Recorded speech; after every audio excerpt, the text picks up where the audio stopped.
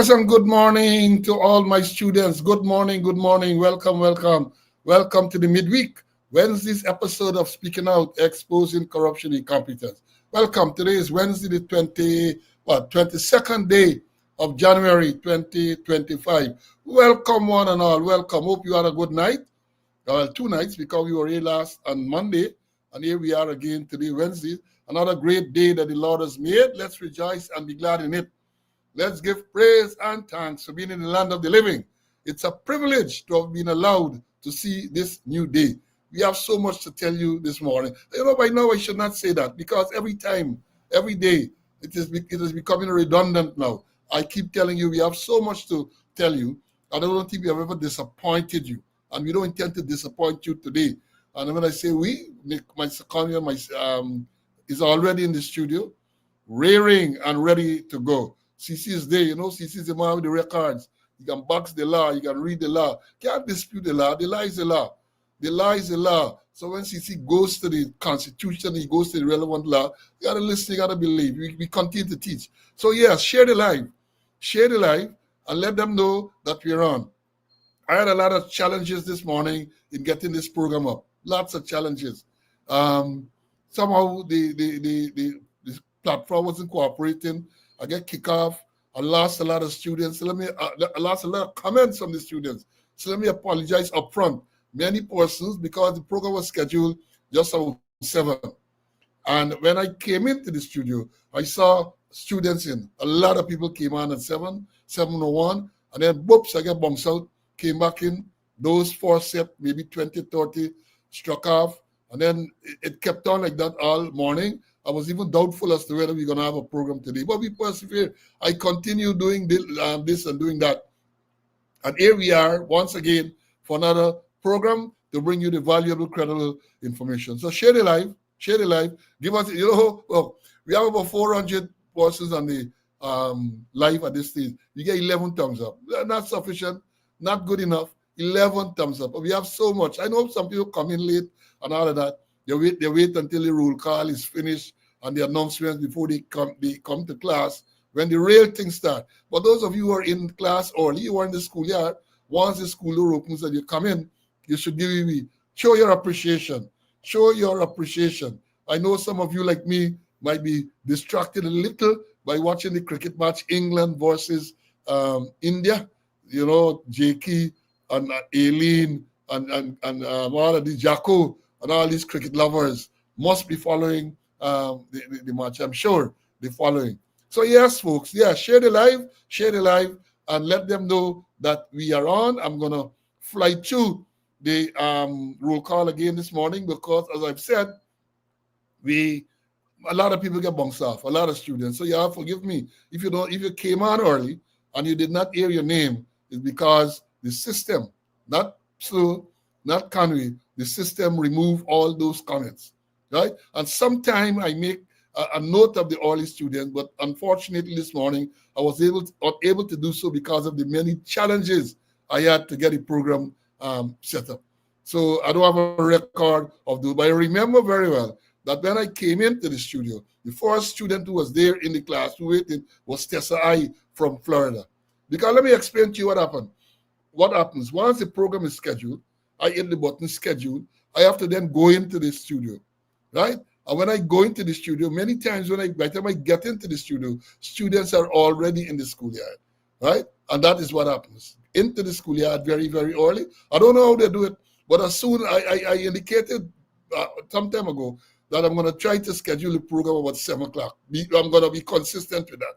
So I guess some people are on the marks, get set, and I say, boom, they're gone off, and they go. It's good to see the type of enthusiasm that we are showing. So yes, here we are. Another good day that the Lord has made. Let's rejoice and let's be glad in it. And here, as I said, today is the 22nd day in January 2025. Imagine that the month just got about a week more to go. Just about a week more to go. And only the other day was New Year's Day. Everybody celebrating and shooting all sort of thing in the air, including guns and all that. 22nd year already. So let's go with the roll call. As I've said, those who came on at 7, I know Tessa I was the first person. Can't remember who the others were. But then this first set back out, and they show you from 6 o'clock, from 7:06, which is and this is Eastern Standard Time. Anthony Jarvis, followed by the secretary Denise, Derek is here. Then we have Barbara, Pauline, Aileen came on at that time. Rhonda and this Carl, Wayne, Paul from Canada was here early. He came in at 7:09. Clarence, Felicia, Floyd. Floyd is from Ithaca. Ithaca is West Bank, Borbis, no? Yeah, I think Ithaca is West Bank, Borbis. And but he says he's in the USA. We had Walterine, Marcus, Hazel is here. Cambria Heights in Queens, New York. Claire, Vibert, Brenda. Then it was Compton. Then yeah, Compton from Queens, New York. Colin, I know Colin's from Queens too. Queens well represented. Then it was Benjamin, Myconi man, Diane, Bert, Simo. I think Simo in the Myconi area too at this time. Bonita, Princess Earl is here. Desiree from Georgia. Pito from Queens, another Queensman. Roxanne is here. She's in the schoolyard. She says Marva. Then it was Ovid in the schoolyard. Carl, my squad mate from Arizona.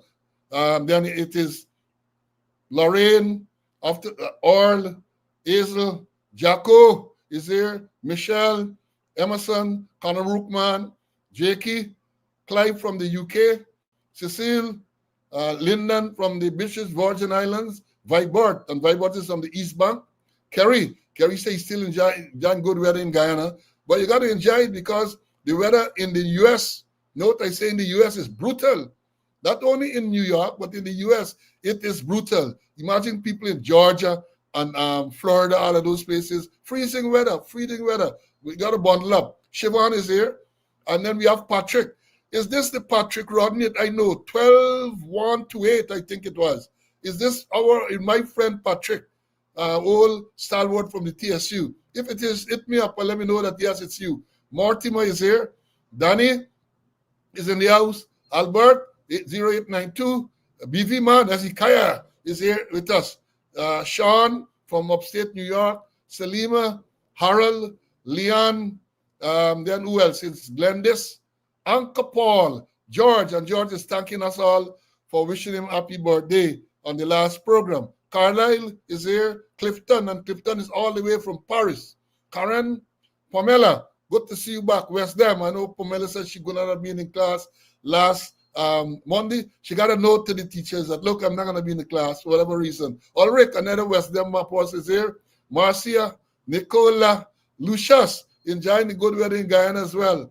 Maureen, Dwayne, Henrik, Umi, Daniel. Daniel is from Linden. Ulrich, my squad mate 9555, he's watching it from Barbados. Another British Virgin Island, Michael Brower is here. Machu, Tilula, Keith, another one who enjoying the good weather in Guyana. Isabella, Ainsworth, Kay, Kurt, Grace is here with us. Then it was Phil. Phil is here. Phil is here. Then Lennox, Mary, Vernon, Melinda, Junior.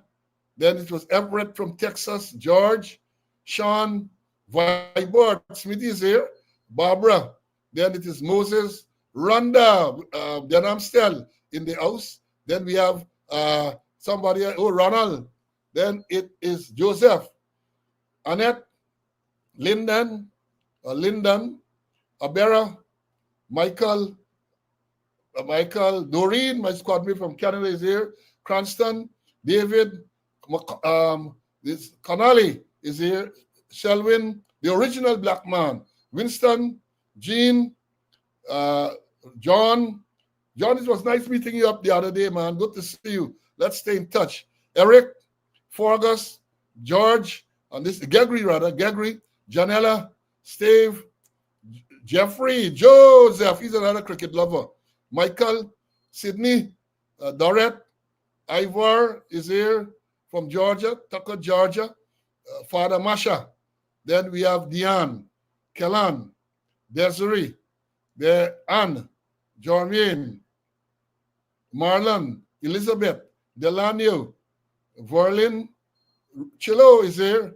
Then it was Sharwin, Grantley, June, Rohan, Jawar. A little late today, but he always here. Kian, Donna. Donna is here with us. She watched it from High Flut. The people say UT Flute. I have heard that pronunciation before. Donna all the way from West Dam, High Flut. Marlon is here. Marla is here. Norbert R. Crawford. Raul is here. Raul, condolences to you again on the passing of your sister, Esla. Then it is Lyndon, I'm sure. Ryan, Moriel, Lyndon, Brad is here. Again, you two, condolences to you on the passing of your brother. Marcia, and then the last person in the schoolyard, Queenie. Queenie, you came in, you just brushed it in the schoolyard in time. And then when we went live, when we opened the school door, as is customary now, Edward, Carlton, then we had Joan from New Amsterdam, Stian, Ingrid, Yolanda is here with us. Yolanda is here. Welcome, welcome, welcome. Schoolyard Park, school full up today. Schoolyard Park and the school is filled with students. And as I've said, we're not going to disappoint you. Let me tell you now about some of the announcements quickly. And then we are going to go straight into I got a few board days. Let me pull it up and see. Where do I have it? Oh, yeah, board day. Today is the birth anniversary of a former member, Philip Moore. Philip Moore. We joined together. We lived in the same back room for 6 months. Maury was 95, 44, I think. I can't remember, 43. Can't remember now. But one of my squad mate is observing a natal day today. And also retired Woman Assistant Superintendent Adonna Beresford is enjoying a natal day today. And recently we had the birthday of Winston Bino, another member. Winston was at the communication branch in Georgetown and Berbice. He celebrated recently. And the advance birthday greetings to a man who just called John Rogers. He is observing a birthday in the next 2 days' time. So for all those who are celebrating today, all those who celebrated recently, and for those who are going to be celebrated shortly, I want to wish you Godspeed, wishes, blessing, health, strength, prosperity. Health, strength, and prosperity. Those things are important. So those, by way of the announcement, let me bring in Mr. Conway, and then we're going to move on. I have a few more things to talk about, but let me bring in Mr. Conway first. CC, welcome, welcome, welcome to today's program. Morning, thank you. Praise the Lord, we are all in the land of the living, doing God's work, and happy birthday greetings to all those persons that you mentioned. And I wish to shout out to retired Inspector Smith. He lives in Lamar Park, not too far from where I am. And you met and we had a nice discussion yesterday. And thanks for the support, Smithy. Yeah, we get in moral support. We get in people helping us financially, and we appreciate that very, very much. Let me put up the banner. We appreciate your contribution very, very much. It goes a long way towards ensuring that we can pay for all the little things that we have to pay for to keep this program on the net to keep it. So, yeah, welcome, welcome. Now, let me start by, cricket, as I said, cricket going on in England. Very exciting match. It looked like India is going to cruise to victory in this one. I think it's 5 T20s they have playing at Eden Gardens today. I think many games are going to be played there. Now, let me say this. When we were here last Monday, we told you that Monday was inauguration day. Donald Trump is back in the seat, President of the United States of America. And the man started at a rapid pace, left Usain Bolt in the dust. Ban on executive orders reigning. Got several. Perhaps the most controversial one is the executive order dealing with birthright citizens. Well, let me give you a quick thing. This is not politics, but this is general knowledge, I guess. Social studies. In the United States, the Constitution, they say Article 14, or the Amendment 14th Amendment says that once a child is born in the U.S., then you are automatically a U.S. citizen.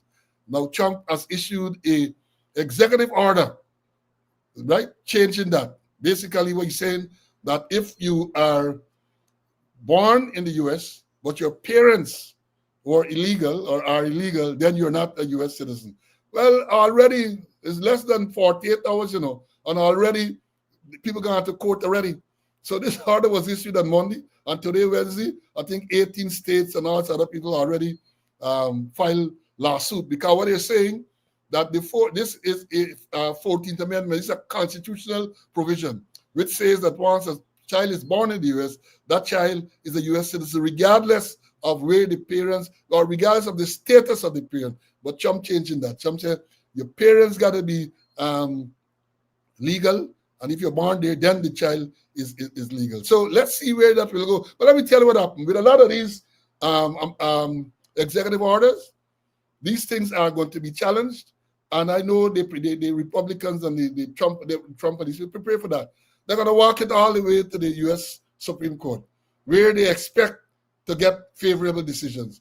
Because once anything goes from the Republican to the U.S. Supreme Court, at least two. I know two, I'm going to call the name, two justices on the Supreme Court going to side with whatever it is. So that is how it goes. They are going to side with that. So let's see. Let me say this. Many Guyanese, especially some of a particular ilk, got to be very, very worried because I know many of them, when their wives are expecting, they fly them to the U.S., where they give birth to the child in the U.S., and therefore that child was automatically a U.S. citizen. But Trump said no, because I understand too that in recent times, certain people, when they travel to the U.S., certain women, if they are heavily pregnant, they have been refused entry into the U.S. So let's see where that will go. Also, Trump has his eyes on the Panama Canal. He said he can take over the Panama Canal. He also said he wants Greenland. He wants Greenland as well. There's a lot of things. So you got to follow, be in for a rough ride over the next couple of years, I guess. Let's see where all of these things will go, right? Well, yeah, Terry, you bought, I don't know how they're going to work because Terry is saying that if you're born in the U.S., your birth certificate, and when they say place of birth, it will reflect the United States. But with this executive order, I don't know how this thing is going to work. So let's wait and see. So all those of you who see this on your $1,000 that the Guyana government gave it to newborn, maybe you will think maybe you want to go there and you had wanted to go there to give birth to that child. But you got to think again, maybe you got to stay just there and take your $100,000 and so on. And look, not to be left out, the government, Guyana government, everybody now sucking up. You call it brown nosing, call it whatever you want to call it.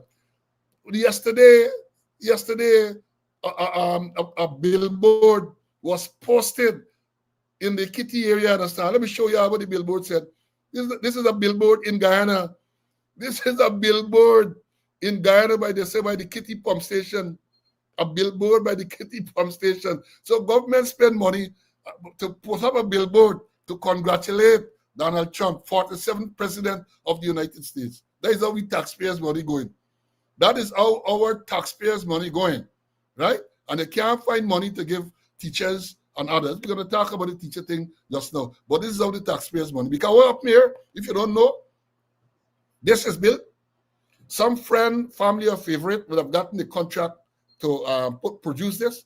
I don't know how many would have been produced, but it's money for the buys. It's money for the buys. And they said this is a real place. So they put it up, I understand, there. It's all over social media. And I did a screen grab to say that this is a Kitty for sure. In the same area where they extended squatter, they put up a photograph talking about respect the road. In the same area, I understand, this thing was erected. So that is what we have. We're in for some very interesting time. Some very, very interesting time. Evelyn said, waste the money. They don't care. It's not their money. It is not their money. It's money that could have been otherwise spent. Right? And let me tell you too, Trump also, I understand, based on what I read, that he is, as he has promised, imposing tariff on goods from Canada, and Mexico. So those of you in the US, look out to see how those tariffs are going to impact articles for items from those countries, right? Let's see. And then he also, well, I tell you what, Panama Canal, tariffs and goods from Canada and thing. I understand that it is said that you want to change the Gulf of Mexico. It will no longer be the Gulf of Mexico. It will be the Gulf of America. A lot of things. Y'all follow the news because some of these things are going to have impact on us. So follow and see what's going on. Let me bring Mr. Conway to make you comment there with the billboard and all of these changes, and let's see what happens. See? Well, I saw the billboard, and the confirmed squatter billboard is still there. It's still there. And I went across West Dem on Thursday, on last Sunday, and the billboard was still there with the extended, with the confirmed squatter.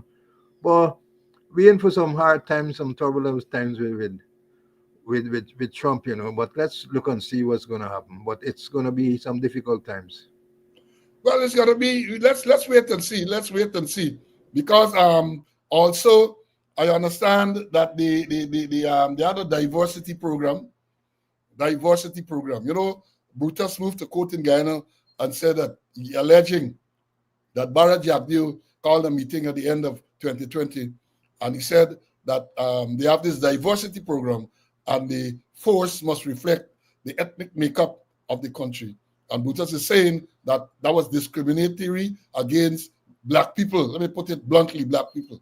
He says so now. He didn't say so all the time. He says so now. Well, there was a diversity program in the States as well. But Trump has sent home, listen to this. Well, that's sent home. All the federal workers who were on that program have been instructed to stay home with pay from today. So this diversity program will no longer be in operation, but stay home, we can pay you. I don't know for how long they're going to stay home and get paid, but a lot of changes. A lot of changes. Of course, some are going to celebrate because some will argue that when we say we are making it great again is to go back to the days of unfairness. That is what some people will argue. So let's wait and see. So all those who decide, well, you know, the apathy, that we aren't voting. If you don't vote, don't talk. Then we understand this thing clearly. If you did not vote, and you have policies now that you feel are unfair and are likely to affect you, do not speak, because you had an opportunity to make impact, and you did not. So don't come now and cry. Stay and take your licks, right? Like a certain CB with enough number behind it. Stay and take your licks. Don't cry now. You get an opportunity. That's how the system works. People, and this is not something that came, you weren't blindsided by this. During the campaign, it was said that these things were going to happen. And therefore, you had an opportunity to make a contribution to stop it. You did not. I'm talking about those hundreds of thousands of people who did not vote. So don't come now and cry. And for those of you who vote, because I remember at a popular eating place in Queens, there was this thing and they were being urged to vote for Donald Trump, and many of them would have done so. So if you're not in agreement with any policy now, you too stay and take your licks. You too must stay and take your licks. Don't cry, because you are part of it. You are a part of it. Let me move on. And you know, last Monday I told you that following the budget presentation on last week, whenever it was, Mr. Jordan, Winston Jordan, former finance minister, was on TV, on social media on Sunday, right? Nation Watch with Marvin Williams. And he did an excellent presentation. And I urge you to go on YouTube and to look at it. And I suspect tomorrow, Thursday, when Mr. Jordan is likely or expected to be on CAMS TV, he will also continue that examination of the budget. So I urge you all tomorrow at, I'm not sure what time, but tune in to CAMS TV and listen to Mr. Jordan. I don't miss Mr. Jordan now. I don't miss, even if I miss the live, I go back on the YouTube and to watch it, because he makes some very, very interesting, very informed, very educated comments and so on. It's not about politics. He goes into numbers. Numbers don't lie, you know. He goes into numbers. So please, look at it. Let me move on to the next issue here to tell you that what do I have here next to tell you about? So, Monday again, we told you that the fraud and conspiracy charge against former Minister David Patterson um, and Mr. Adams, I think it's Rawson Adams, in relation to some issue at the Demarara Bridge, the magistrate dismissed the case, no case submission. Another Soku case dismissed at no case submission. This morning, I see something not unexpected, matter appeal. I suspect the DPP appeal that. Not unexpected, because that is what they do, string you out. So here you are, you had a case where the magistrate ruled, the matter is struck out. The DPP has appealed the matter or has given notice of appeal in that matter. And they do this thing because it's not their money, They appeal, they waste your time, you got to pay lawyer, you got to run there and there. That is part of the plan. And they're only appealing against certain people. Only when certain people get a case dismissed, they appeal, Others, they celebrate it and they move on. Or they celebrate and move on, right? So I saw that this morning and I wasn't surprised. I was not surprised, right? So then the news overnight. Let me bring in Mr. Conway with that first before I go on to the overnight news with the Guyana Teachers Union. CC, I don't know if you saw the thing. I think I may have sent it to you, but the DPP appealed the David Patterson case. Well, David Patterson, in his initial response, he said that they're going to appeal, So it's not surprising, and it's not their money they're spending, They're going to bring in a King's Council and a whole set of people there, and they're going to appeal. And then there's the whole thing, waste of taxpayers' money. Nothing ain't coming out of the national pocket. All is we money, all is taxpayers' money going down the drain all the time. And they're going to lose the appeal too. Well, this one might have been the DPP. I think it's the DPP might have appealed this one. So let's see where it will go. Because remember too, with our case where we were charged with conspiracy to commit fraud, on the 28th of December 2023, the matter was dismissed. Shortly thereafter, the DPP said, served notice of appeal to appeal the matter. Well, I know where that one has gone. No evidence at all. Then many of these cases that they appeal, it is my view, that is they take a little shame. It's shame the shame. They find some shame because generally they don't have shame. But they find some little shame and, we're going to appeal to save face. That's the only reason why these matters are appealed, to save face. I know with the matter that we refer to the conspiracy to commit fraud, the magistrate said, not an iota of evidence. She said, on every limb they fail. On every limb, after calling many, many witnesses, on every limb they fail.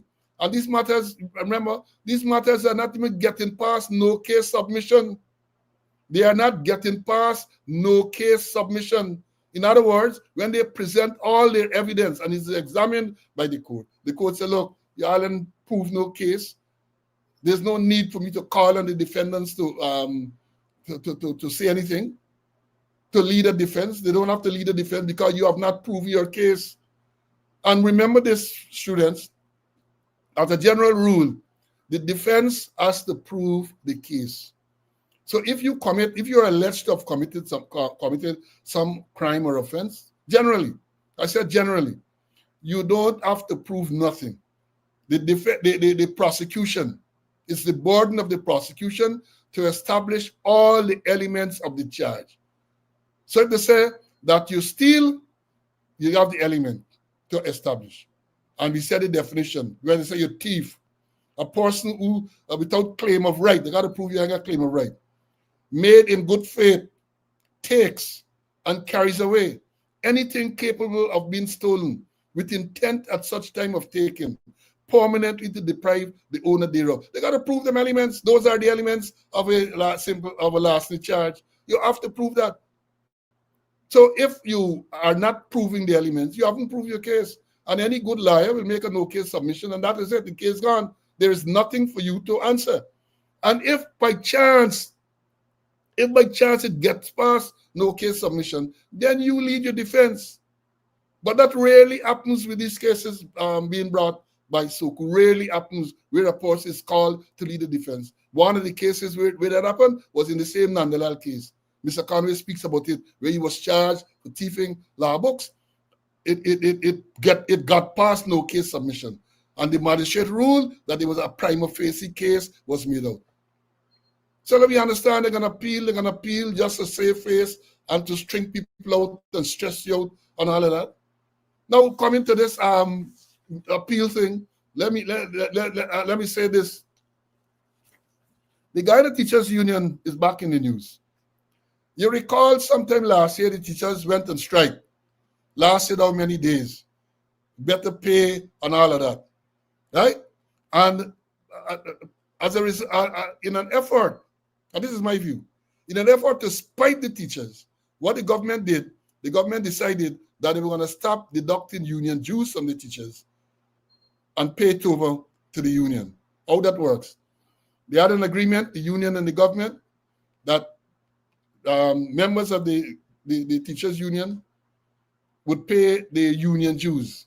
So rather than giving them their salary and they pay it to the union, government, not something unusual, used to take it out from the salary and remit it to the teachers union. Now, following the strike, they decided they're not doing that. They're no longer going to take out the union dues and remit it to the union. Now, this whole matter with the strike and all this thing, with the deduction of union dues, went to the High Court. And Justice Sandil Kissoon ruled in the matter. And he said, basically, he ordered them to continue taking out the union dues and paying it to the union. And then there was an issue too where they didn't want to pay the teachers to the days they said they were on strike. Those things went to court. And the judge ruled. Now, as was to be expected, the Attorney General, they appealed the matter. Well, they appealed that. And then what happened? Then they moved for a stay in the order from the judge. Let me explain how this thing works. I know liar, but I tell you, y'all, I had some good training. Now, when an order is made, as in this case, the judge ordered that the government should continue to deduct union dues from the teacher's salary and remit it to the union, right? That was the order. They appealed that order. The government appealed that. So what I want now, you move to the next stage to get a stay on the order until such time that the substantive case is determined. So in other words, they're saying, look, this order should not be enforced until the appeal is ordered and determined. That is what. So that came up recently in court, couple yesterday or day before yesterday, and the judge in the appeal court threw out the application for this thing. Let me read what it is said here. Let me read. Guyana Teachers Union secured another victory. Another victory, Teachers Union. Big up for the teachers. Big up the teachers. And here what the story said. Today, the Court of Appeal delivered a significant victory for the Guyana Teachers Union, GTU, by rejecting the state's application to State Justice Sandil Kissoon's 17th of April 2024 order. I told you all just now part of what the order was. And here it explains here, the order mandates the continuation of deduction of union dues and their remittance to the Guyana Teachers Union. Justice Don Gregory highlighted that the Guyana Teachers Union would suffer undue prejudice if the stay were granted, stating that the balance of justice lies in favor of the union. Justice Sandil Kissoon initially granted an interim conservatory order on 22nd of February 2024. This order restrained the government of Guyana from ceasing the deduction of the union dues from the wages and salaries of GTU members and required their remittance to the union. The order was made absolute by the same judge on the 17th of April 2024 when the court delivered its ruling. Despite this clear judicial directive, the state has failed to comply. Let me read about. Despite this clear judicial directives, the state has failed to comply, refusing to deduct and remit the union dues as instructed. State Attorney at Law Darren Wade argued. Well, let's just State Attorney, but not State Attorney. There's a mistake. Attorney Darren Wade argued. The ongoing defiance of the court, this is a quotation, the ongoing defiance of the court particularly by the Attorney General, is both contemptuous and an affront to the administration of justice. Such actions undermine public confidence in the judiciary. End of quote. Nightly News understand that the teachers union is currently considering appropriate action in response to this blatant disregard for judicial authority. The Guided Teachers Union was represented by Mr. Darren Wade, attorney at law, while Mr. Moabir, the team that represented the state. The state was represented by Mr. Moabir Anil Nandalal, SC. They left out the MP. They should say SC and a big dash MP, senior counsel, along with Mr. D. Ramdani, King's Counsel. That's the equivalent. He get the thing in the UK, so he was Queen's Counsel. The Queen died. There's now a king. He's now King's Counsel. Miss Shoshona Lal, Mr. Chevy Devonish, Mr. Omar Hoppy, and Miss Candiasa Lewis. They all appeared for the state. It's a big lineup against Darren alone, and Darren prevailed. A big lineup, and Darren prevailed. But, again, court made an order, and they have refused to carry out the order. They refused. This reminds me of the issue with the Police Service Commission and where I represented the Police Service Commission, took them to court in respect to the promotions. Brutus, they challenged the promotions. We went to court and all that. Then the president said he's suspending the commission. He didn't want us to do what we're supposed to do. We challenged that in court and won.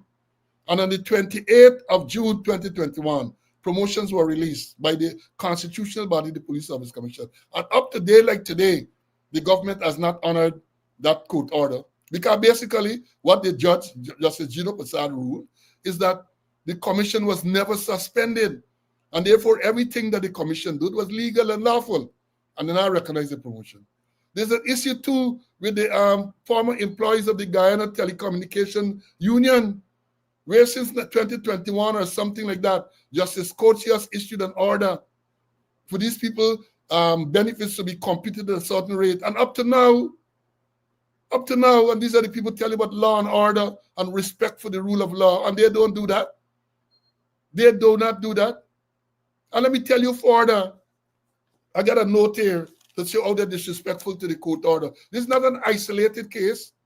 Back in last year, to be precise, on the 23rd of April 2024, I tell you, all me's a man of records. On the 23rd of April 2024, Justice Gino Prasad handed down the decision in the same case I made reference to a while ago. And here what the last paragraph said. Paragraph 12, dated the 23rd of April 2024. Here what it said. In addition to the above, I have considered the cost order previously made, the novelty and importance of the issue as a public law matter, grounded in the principle of fair and rational decision-making, the public interest, and upholding the rule of law. In the circumstances, I find that the sum of $500,000 to be reasonable, and I do so order costs in the sum of $500,000 to be paid by the Attorney General to Paul Slow within 8 weeks hereof. That was on the 23rd of April, 2024. That is the judge's order. $500,000 to me, Paul Slow. Within 8 weeks. That 8 weeks, according to my reckoning, in the middle of June last year. And up to now, I can't get my money. Up to now, they have not honored the order of the court. They have not. And when I reach out, you know what I'm told this morning? You think these people aren't there? You know what I'm told this morning? I am told that I got to wait now for this budget, when budget debate and so on. So I asked what budget 2025 has to do with an order that was made since April 2024. One would have thought that by now, within a month or two, that the money would have been paid. But that is what they do. That is how the wicked stink and dirty. But I gotta get my money. I have to get my money. The judge ordered it. I don't want to start things too. I gotta communicate again with my lawyers because I want to start things. I don't think anything about interest was included in this. Because if the judge had ordered that interest should be paid at whatever rate once they didn't honor this judgment, then I wouldn't have fussed too much because once they keep it, the longer they keep it is more, I would have benefited financially. But that is what is happening. And these are the people talk about law and order. These are the people talk about respect for the rule of law. And let me move on before I bring in Mr. Conway. Not surprisingly, let me pull it up here. Not surprisingly, this is an order came out on Monday. The appeal court refusing to grant a stay. Last night, Tuesday the 21st of January 2021, the Attorney General and the program issues on the news. He gone and he start out, he said, Attorney General in London Tuesday night questioned the Guyana Court of Appeal decision not to grant an application for stay of the High Court order that the government must continue to deduct union dues from the teachers and remit it to the Guyana Teachers Union. And here what he says, this is a news article. While stating he was not casting any aspersions, the Attorney General suggested that he believes that the state would have lost its case that was presided by Justice of Appeal Don Gregory. Now, let me stop there.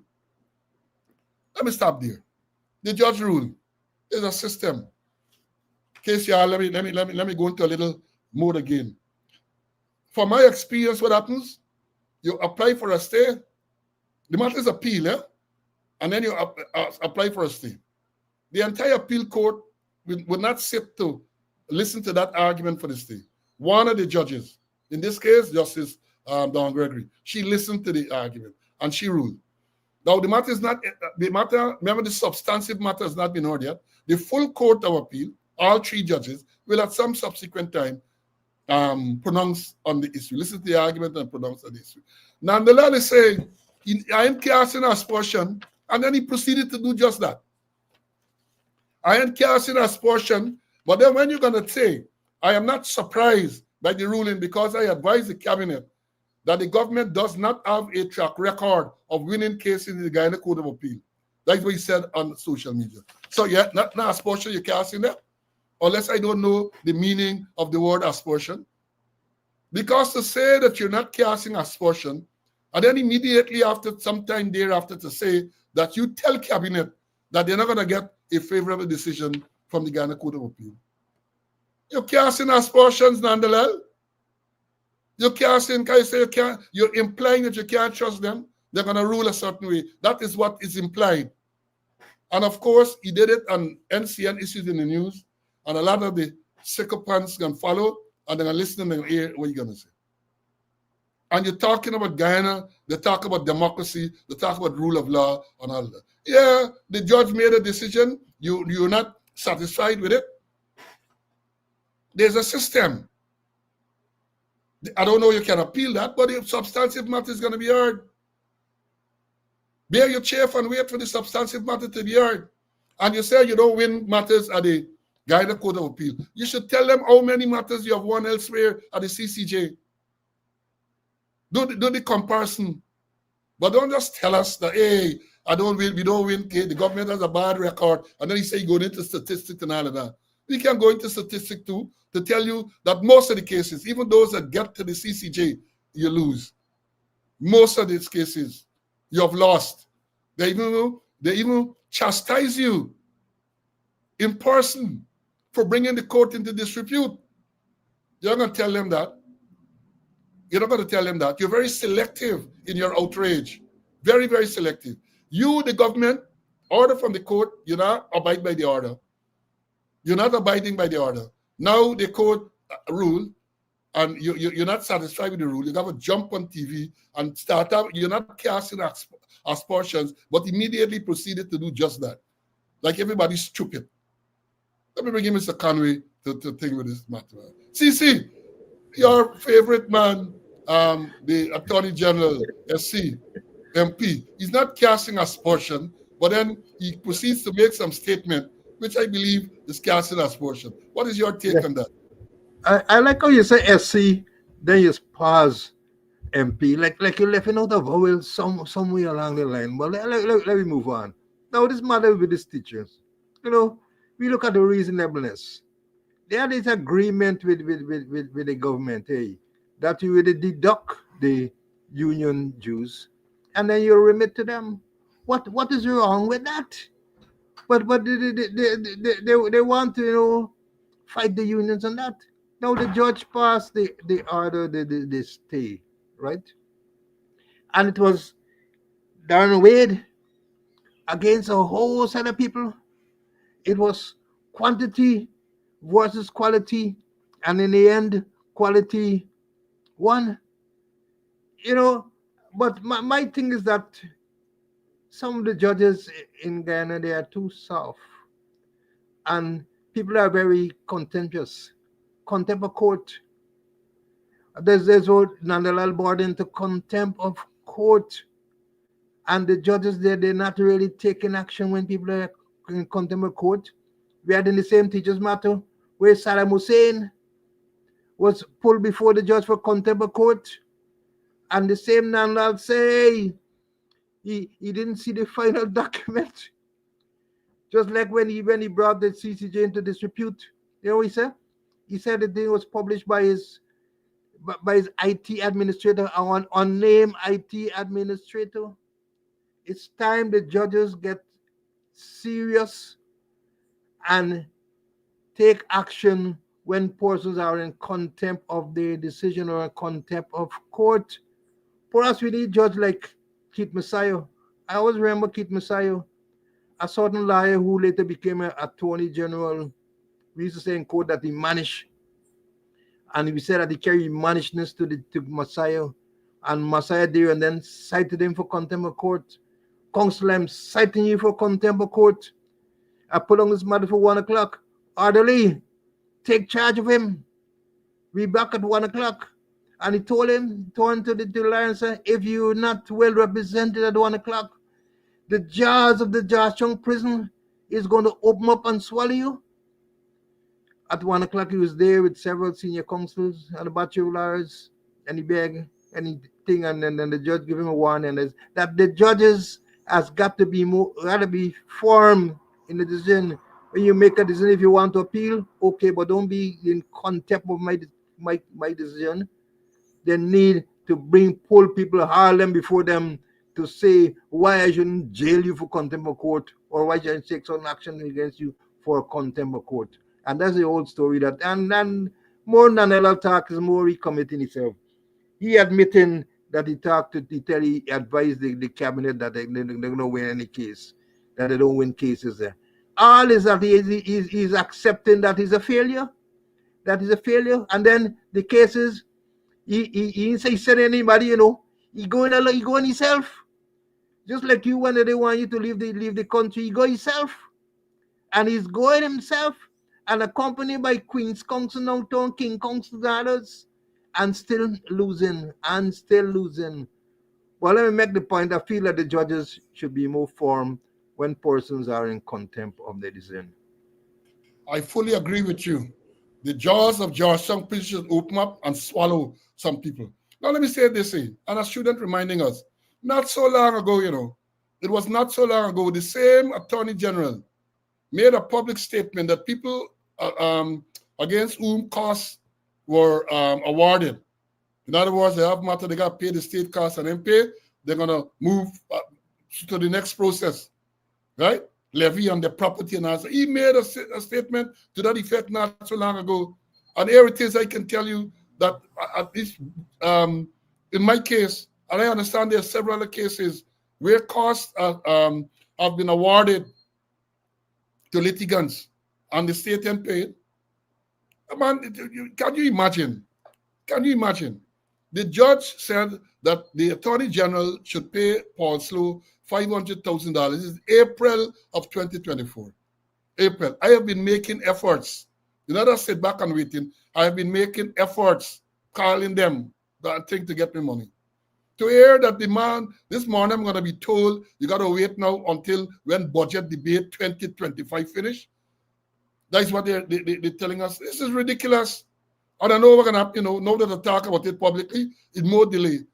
It is more delay. But I'm saying this to say that when these costs are awarded, the judges should indicate, I don't know if the rules permit that, should indicate if it's not paid by that time, then interest at whatever rate should apply.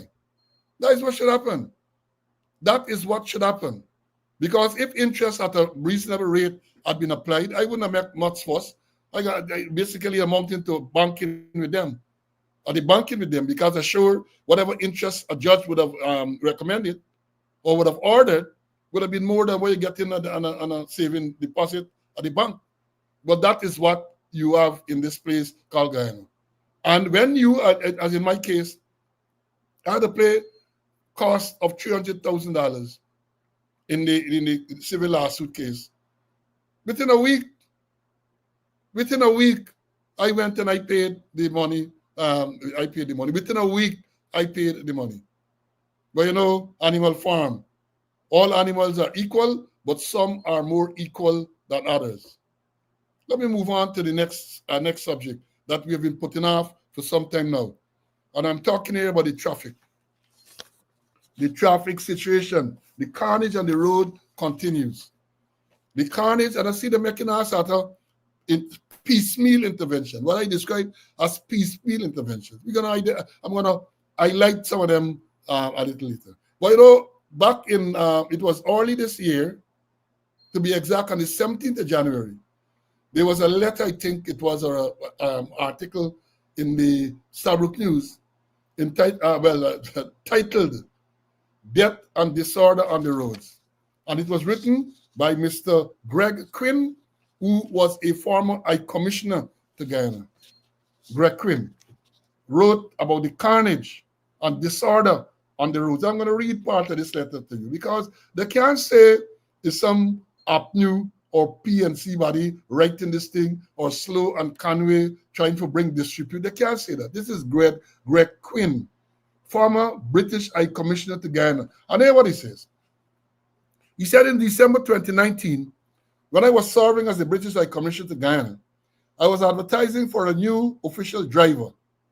This led Paul Harris from the Stabrook News to produce a cartoon of me despairing about carnage on the roads.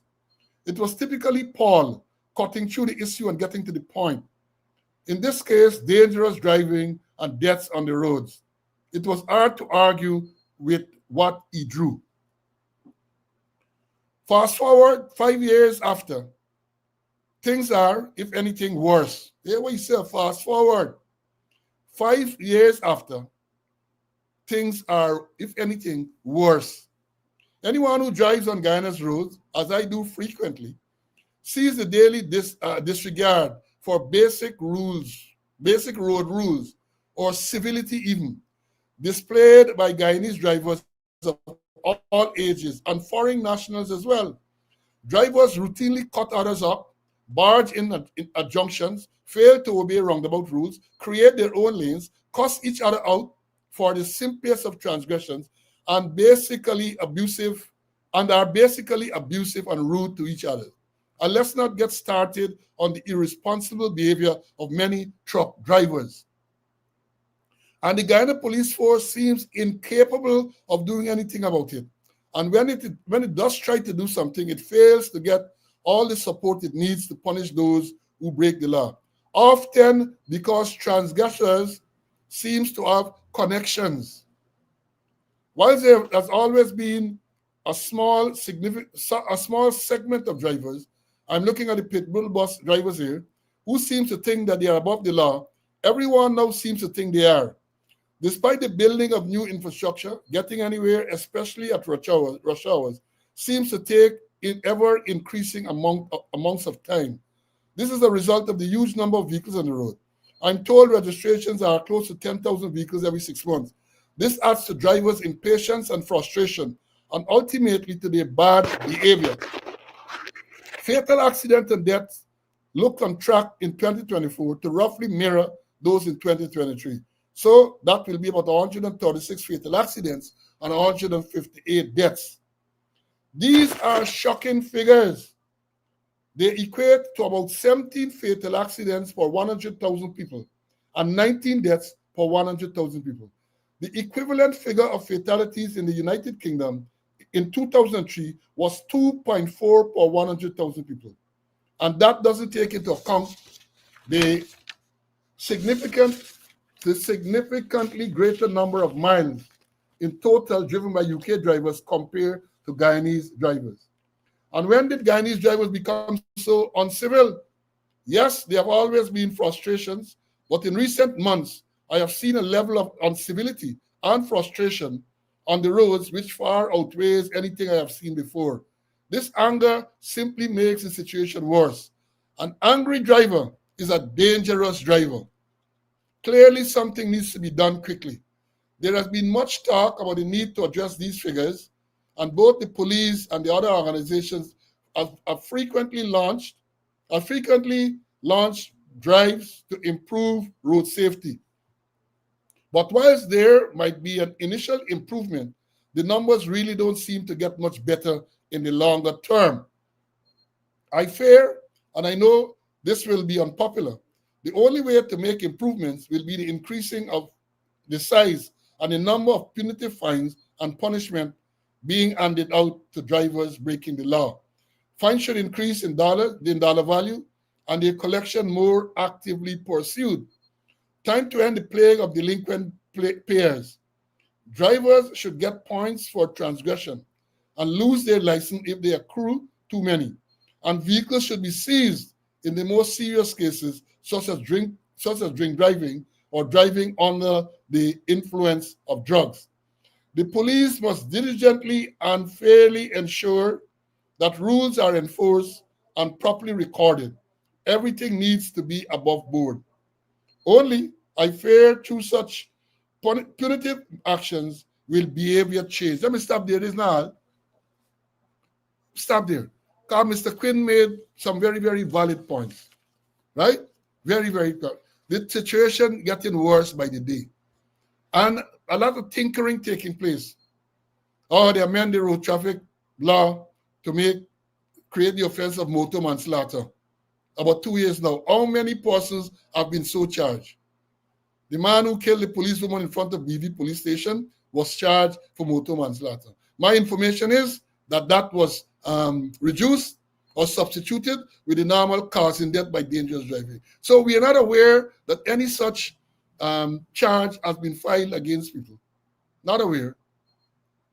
They brought in driving under influence, increase the fine. Well, they didn't bring it in. Increase the fine to $200,000. A magistrate fine a man $30,000 or $40,000. And then I talk about it on this program, and then a man write to Tom Chiplins to say that magistrate get a type of authority to impose the fine. The law says minimum fine is $200,000, a minimum. And like the man who commented didn't know what minimum means. I'm happy to say that since then, all the cases that have been reported in media where persons have pleaded guilty to driving under the influence, they have been fined $200,000. That is in keeping with the law. But let me say this, Mr. Quinn and to others. Increasing the fine is not the only thing to be done. We are talking here about a culture of lawlessness. And Mr. Quinn alluded to it because he said often because transgressors seems to have connections, he's a diplomat. So what he's saying here, my interpretation is that when the police hold a man on the road, they call somebody, they get connections. So they call either some senior police officer or some government functionary, and that's it. That's it. I am saying, as I've said oftentimes, you are dealing with a culture of lawlessness on the road. It's difficult to change culture. You can't change culture with no single measure or this stopgap thing you're talking about. And we're saying here, in terms of the driving on the road, one of the main issues is the corruption involved in the whole process. Can't deny that. Anyone who moves around the road as a driver can tell you. And even if you're not a driver, you're not a car, you're not a minibus, you observe these incidents. So you have to tackle all of these things. You have to tackle that. I saw something published recently. I think it was yesterday or day before yesterday. The traffic chief and some ranks making big noise about radar being implemented along the highways. In other words, you have a radar implemented so you're driving, you will see what is your speed limit. And I think it also tells you what is the recommended, well, not what is the legal speed limit for the particular area. Yeah, all is good, but it's not sufficient. Because to tell me And they're saying in the release that they hope that that will cause driver to reduce his speed. Are you suggesting, Mr. Traffic Chief and others, that a man who flying down the road, a driver who pelting down the road 100 kilometers, he know that he's driving fast? He needs a radar to tell you that you're going at 120 when you should be going at 60 or 80? That is what you're suggesting? Is that what you're suggesting? I'm a driver. I've been driving for years. I always try to drive within the speed limit, right? Sometimes you lose concentration and you catch yourself because, hey, I believe I going above you. People, you back off. But people, a driver who is driving on the roads would know that he's going above the speed limit, provided the speed limits are posted. That is one of the things they should do as well. Post the speed limit, because in Guyana, for example, East Coast, where I drive often, you got about 3 different speed limits: 80 kilometers, 65 kilometers, 65, 50. Sometimes you don't see the change in speed. You don't see it. You're driving 80, you might go into a 65 zone, you go into a 50 zone. You need to make sure that signs are properly posted. That's one of the things that they need to do too. One of the things that I talk about frequently on this program, lane driving. People don't know to drive in the lanes in Guyana. So whereas the Motor Vehicle and Road Traffic Act stipulates that you should drive on the left or near side of the road and only come to the right side when you're overtaking, and as soon as you finish, you go back into the left or near side. People sit down on the right lane, many times driving at the correct speed, or many times driving below the recommended speed. So driving at the speed limit, if you want to pass them, you could honk your horn, then moving, forcing people to undertake. And I see oftentimes police stand up there and people sit down on the right side. East Coast, I drive East Coast steady. They sit down on the right side, going right through, passing the police. Nobody stopped to tell them anything or so. All of those things are things that you have to look at. Let me bring in Mr. Conway on this traffic issue. I have some other things to talk about. Why am I back too long? Let's bring you in. CC. Yeah, I read Mr. Quinn's letter, and he's on the ball, right on the ball. But then when you look at the traffic situation, it's a lot of piecemeal effort, and piecemeal effort will only bring piecemeal results.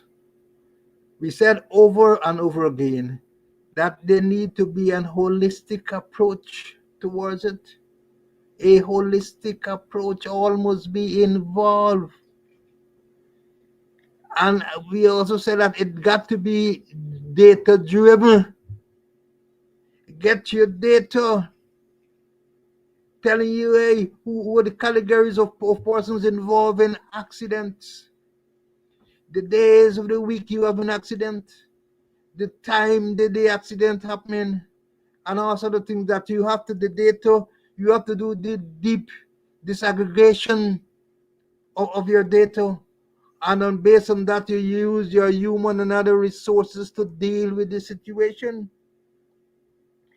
And they're missing out the big point. Corruption, as you mentioned, Paul. The jaguar in the room. The corruption, especially in the package to get a driver license. I always remember Rohan Singh was in charge of audit and inspection before he came off. And he was bold enough to put a letter in the press.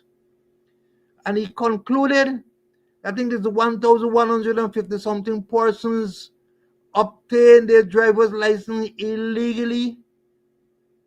He call them potential killers.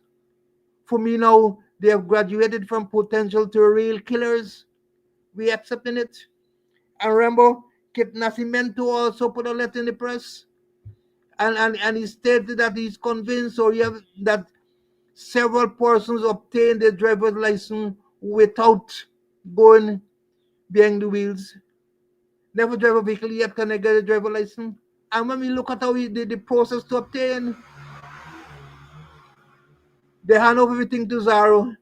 Zaro that bought that built the various computer centers around the country, very good donations.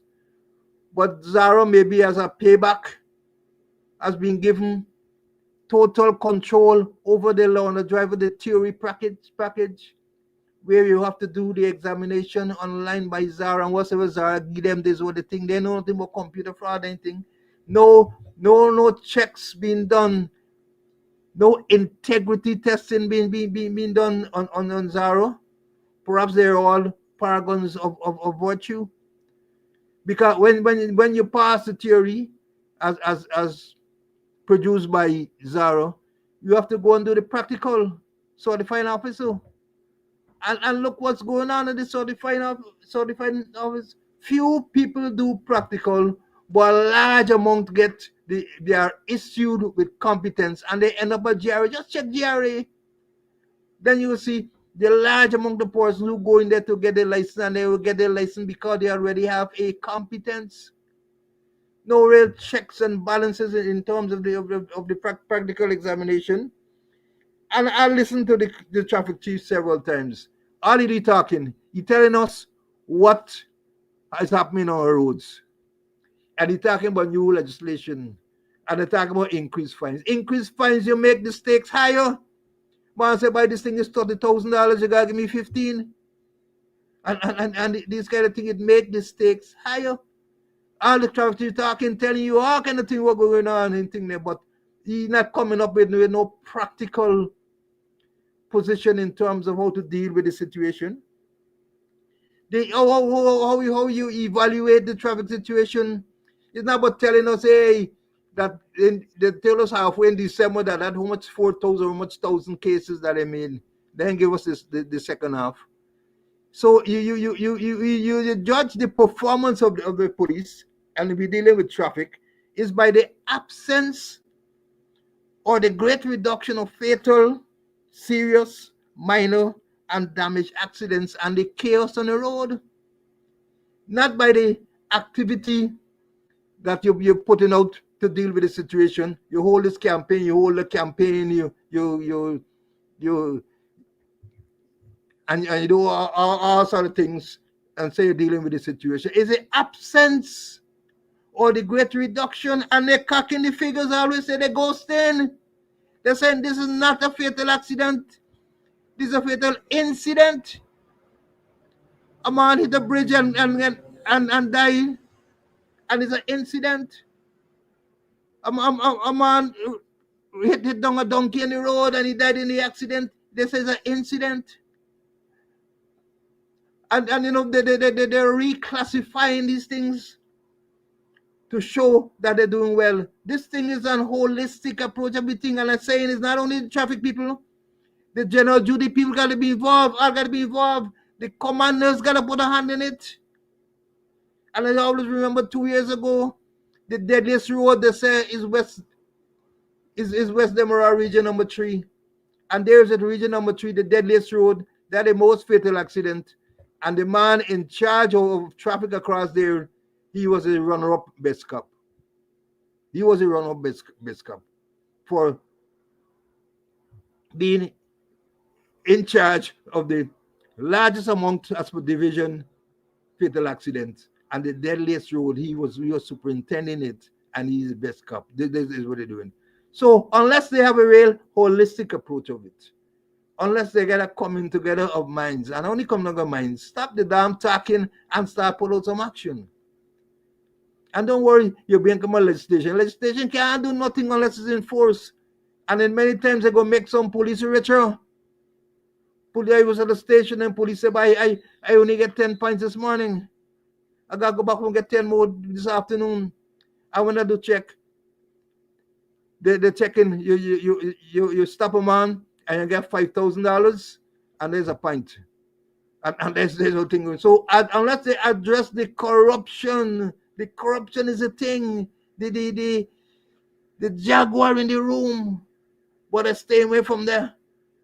So I repeat it myself. I say it got to be data driven and based on deep analysis, based on disaggregation.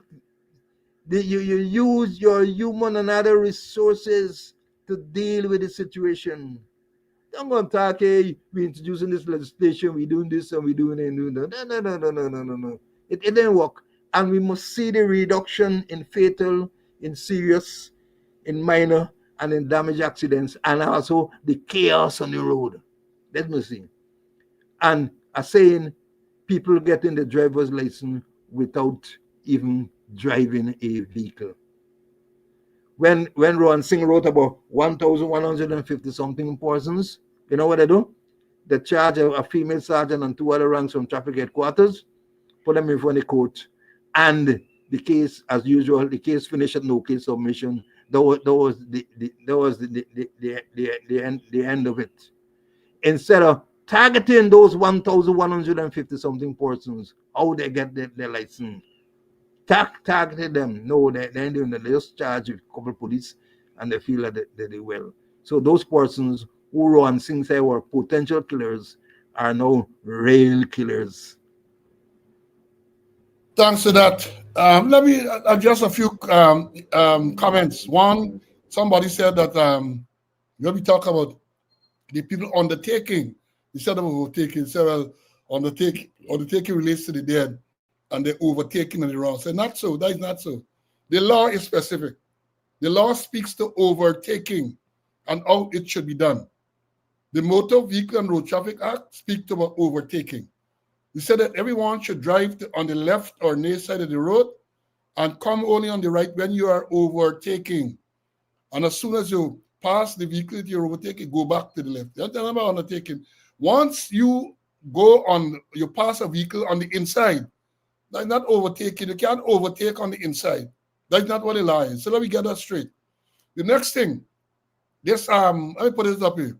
This student says the taxi driver argued with you in December that the braking distance is 10 feet. And he had to tell you, well, absolutely right. If you're going 5 to 10 miles per hour, but not only that, the braking distance has to do with the type of vehicle, the load, the weight of the vehicle, the condition of the road, the condition of the tires. All of those things are factors in braking distance. And I remember very well when I was a traffic chief, when we did traffic education, there was a program on the radio every morning and so on. These are some of the things that people were told. Braking distance. Let's say you have a vehicle. The braking distance to the same vehicle can change depending how many passengers are inside. Of course, the speed it is going at, the condition of the road, whether the road wet, whether the road oily, whether the road slippery, the condition of the tires, all of those things are factors. And we have people who talk, oh, reduce speed. Have they checked to see the condition of the tires on some of those vehicles? Do they check those things? You have a situation up to now where when a person goes to vehicle fitness, they go to some licensed and certified officer who is a police, who in many cases does not have the adequate training. You just look at it and you give your fitness to be on the road. Look, let me tell you this. Recently, I went to get the yearly fitness on my vehicle, talking about US. When I went in there, man did the examination, the brakes pad must be changed. The rear windscreen wiper must be changed. All of those things have to be changed before you can get your fitness. In Guyana, not so. You got some we used to call white mouth. People going to be good white mouth tires and all this everything, and nothing happens. They just give them the fitness. I'm not blaming the police ranks. I'm saying again, the system. They have to look at the system. We advocate on this program for the establishment of a Department of Transport, DOT, Department of Transportation, under the Ministry of Agile Ministry, where they're going to take over the driver program, the certification of vehicle, all of those things they should do. It happens elsewhere. It happens elsewhere. When I worked with Cricket West Indies, I got an Antigua driver's license. I had to go to the thing. Not police, civilians for the exam. Well, that examination, absurd because I had a Guyanese license, and based on that, you go through the process, you get your Antiguan license. But not police. Police should be enforcing. Now in Guyana, we want police enforce. We want police to do traffic education. We want police to do engineering and all of those things. All of those things we want to do. And in this, all enough money, all this Irish country you're talking about, all of these things are still required for the policemen. And they are not trained and equipped to deal with it. That is the issue. They are not trained and equipped to deal with it. And A student remind me just now, I have it here to talk about. So let me talk about it, And this is one for the traffic chief, because I know they listen. This is one for the squatter. I know he gonna get the report, right? The Attorney General. Now I read yesterday, I wasn't surprised. Guy is not a real place. They're telling y'all over and over. And share, before I go into this, y'all share the live some more, man. Share the live. We get what? Almost 1,500. Share. We need more students to hear this part of the story. We need more students to hear this part. So y'all share, give it a thumbs up. The thumbs up still didn't reach 100, right? Share, give it a thumbs up. And while you are doing that, remember the tick at the bottom. Help us out to continue to bring this information to you by giving us whatever donation you can. The Zelle number is there. The Cash App number is there as well. The numbers are the same, Zelle and Cash App. And as I've said to those of you who Tommy have reached out to me about PayPal, I'm going to give you the information. Just inbox me. I'm going to tell you how you can make your contribution via PayPal. But share, man, share. But hear this part. I read yesterday, I think it was. A man refused to be breathalyzed. In other words, the police stopped him. I hope that they had reasonable suspicion to stop him. And he refused to be subjected to the breathalyzer test. The police charged him. He went before the court and he paid a fine, pleaded guilty, and paid a fine of $30,000. Now I had a laugh because, as I've said before, if you're found driving under the influence of alcohol, the fine is $200,000. So if they had breathalyzed the same person and found him to be above the legal limit, you would have had to pay $200,000. So the man refused to take the breathalyzer test, go to court, plead guilty, and the man is $170,000 better. That is one of the things that the Attorney General, the traffic chief, and the squatter should address. Because I would have thought that in any orderly society, any arrangement, perhaps you already know, but now this has come to attention.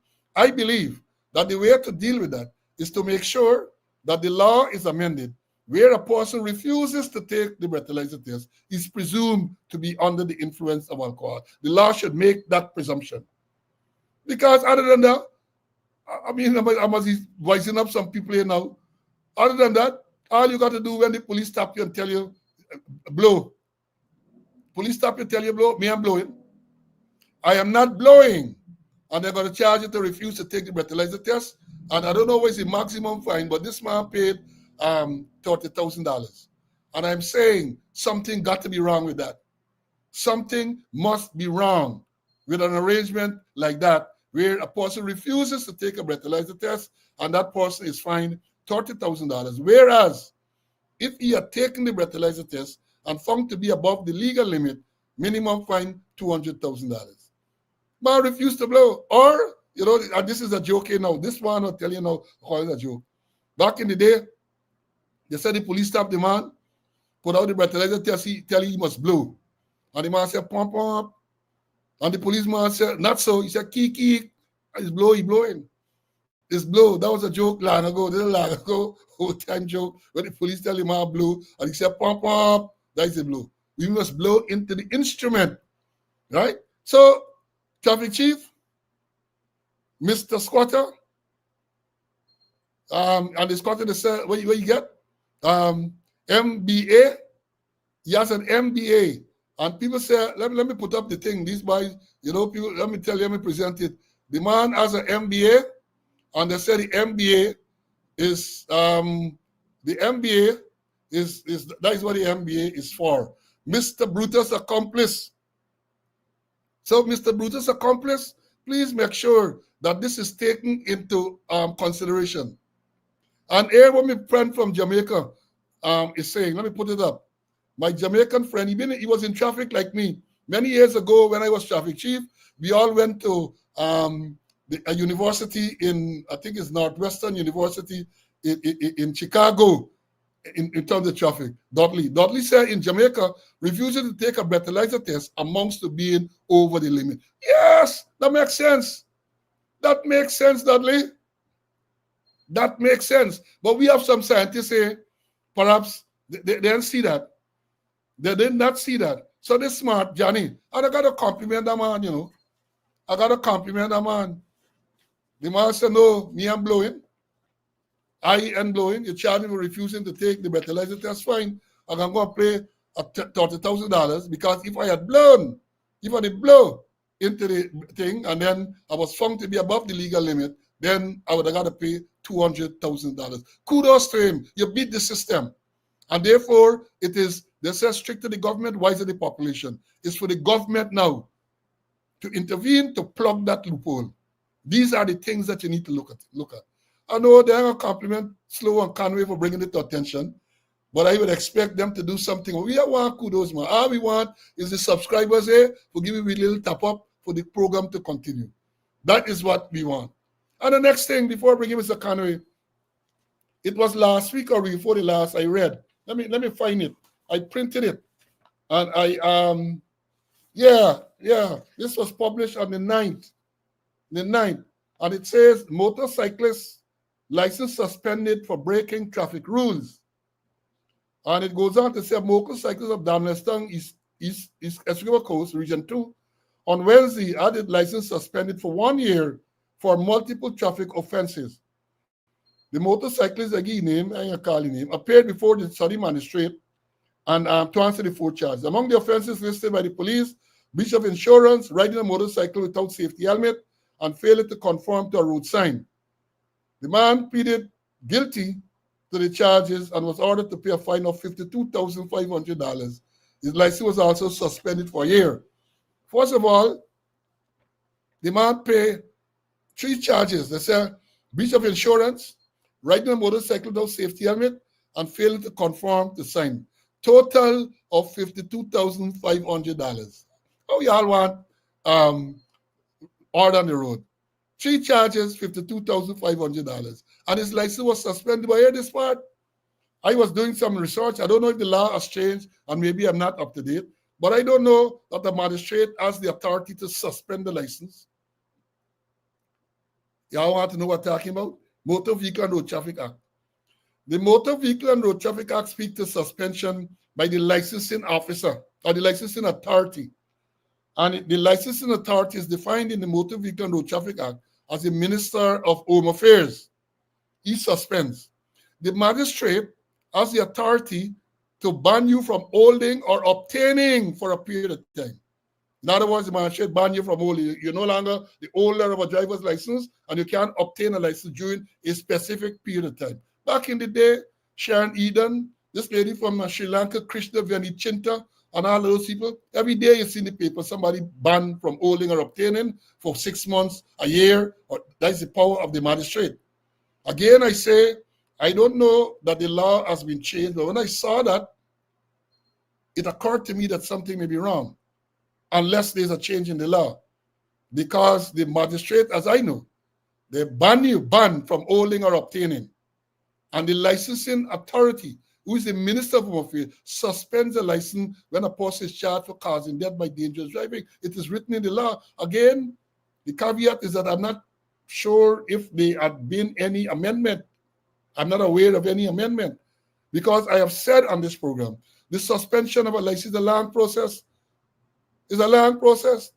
I, as traffic chief, when a person is charged for causing death by dangerous driving, I will recommend that the person license should be suspended.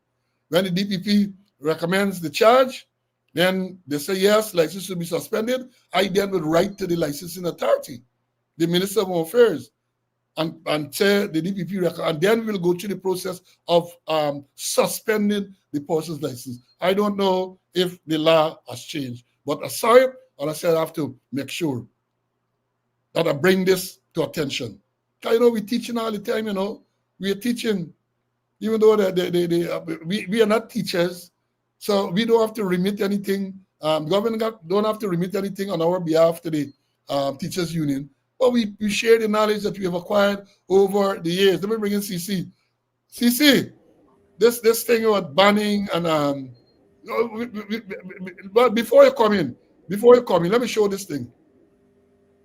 Let me show this and invite questions and invite comments. We talk about enforcement of traffic laws. We talk about the lawlessness. This is a picture that circulated on social media some time ago. Here you have A police vehicle, a marked police vehicle, appears to stop at a traffic light. You see two people on a motorcycle. It would appear that the motorcycle does not have any license plate. It would also appear that the two people on the motorcycle are breaking the law by not wearing safety helmet. It would also appear that the police in PWW 5424 did not take any action. Now, let me understand this here. What action do you expect the police to take under these circumstances? Not that we lashing the police, we lashing the police. But let me think it through. The, Look at what we're seeing there, this scenario there. Two men on a motorcycle, police. I don't know how many policemen are there in the vehicle, but what action you expect the police to take? You can't take down no license plate to follow up later because the motorcycle doesn't have a license plate. So what action, let me hear some comments. What action do you expect this police to take? 5425, yes. It is not easy for the police sometimes. Let me say this. Let's assume there are two policemen in the vehicle. Let me assume that there are two. What you expect? The one will come out and Olan on the men and so on. Say, let me get a license or something like that. If it's one was said, what do you expect the police to do? We're talking about the state of lawlessness. But how do you impound the motorcycle on it? You believe when you come out to the men, they're going to stay there? Suppose they drive away, you're going to chase behind them recklessly. It is not an easy situation. It is not easy. The policemen pull up there, they say the thing. Right? The men can ride away. The men, what? These are things that they should use for training. These are things that are ideal for training. And let me what? They don't have any helmet here, so they're breaking the law, both of them. The man in front, he get two offenses there. Well, in terms of the helmet, can he fail to wear, and he permit the man in the back to wear. We are talking here yet about the on no number plate and all that. But it is not an easy thing for the policeman to deal with. It is not easy. So somebody say ascertaining the vehicle is registered. Again, let me think this thing through. So how are you gonna ascertain that you're gonna pull up alongside them? You're gonna stop the vehicle and leave the vehicle, police vehicle in the middle of the road and come out to deal with them? It is not an easy situation. It requires a lot of brain work. It requires a lot of training. It requires a lot of training. And these are some of the scenarios that one would expect presented and deal with it. Because I would have thought, in this case, one of the recommendations would have been to them, if they had a radio, they call some other patrol for assistance to try to intercept, either motorcycle patrol, but they need to get some help. Because you can't stop your vehicle, the police vehicle can't stop in the middle of the road to say you're dealing with them. Because by the time the police come out, them and gone. The men gone. So again, I say to you, student, it's not an easy thing. Sometimes the policemen are blamed. I know we're going to blame the driver if others were in 5425, but it's not an easy thing to deal with. Police on the road doing traffic work, and a man fly past without wearing helmet and all. It's not easy. Maybe you take down the license plate, find out the registered owner, and follow up. But it's not easy to deal with. It is because of the lawlessness in the society. Because of the lawlessness. So I want to make this point. Because it's a challenge to the police. And sometimes we blame them when they're really not to be blamed. The system allows for things like this to happen. It's a system. Right? So that was a teaser for today. Let me bring him Mr. Khan. Yeah, he's already in. CC, your views. Well, first thing when I watched the vehicle, highly tinted, a marked police vehicle, and highly tinted. Perhaps it was so tinted that maybe they didn't have seen those men, those men there. But then again, we had the last program where 5 policemen couldn't arrest one man, couldn't subdue, couldn't put the handcuff on you. So it's a hell of a story. But coming back to the point you raised earlier, I know for sure suspension, and we as commanders used to do it. Since you get charged with causing death by dangerous driving, is recommendation to the Minister of Affairs for it to be suspended. Easy. for it to be suspended. And I've perused the law, and I haven't seen no authority for a magistrate to suspend anybody for any traffic offense. And going back to the traffic situation, let's say on the traffic education program that they're doing, I wonder who they're targeting.